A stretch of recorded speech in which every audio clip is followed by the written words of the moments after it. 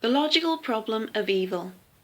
The logical problem of evil is summarized with the inconsistent triad. God cannot be omnipotent and omnibenevolent, yet also allow evil to exist, because if God was omnipotent, then they would have the power to remove evil and end suffering.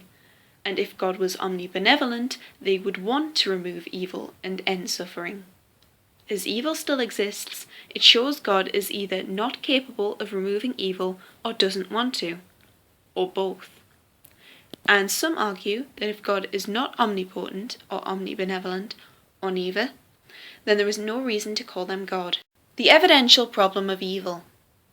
Some argue that evil is necessary for some purposes, but the amount of evil is the problem, such as William Rowe, who says of the intense human and animal suffering that occurs on a daily basis and is in great plenitude in the world. He argues that there exists instances of intense suffering which an omniscient, omnipotent, and omnibenevolent being could have prevented without losing some greater good or permitting some evil which is equally bad or worse.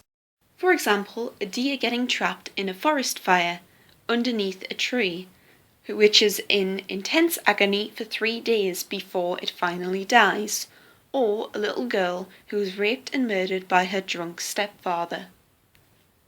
Now, if their deaths were necessary, there is no reason why they had to go through such intense suffering first before death. And the reason why God is responsible is because, for example, if a younger brother drowns in the bath, and in 2 different scenarios, they have older brothers which will gain financially from their death. One brother actively drowns the younger brother, and one just watches the younger brother accidentally drowning in the bath and doesn't help. However, both are just as guilty as they have a responsibility to help him. Therefore, an omnipotent, omniscient, wholly good being does not exist.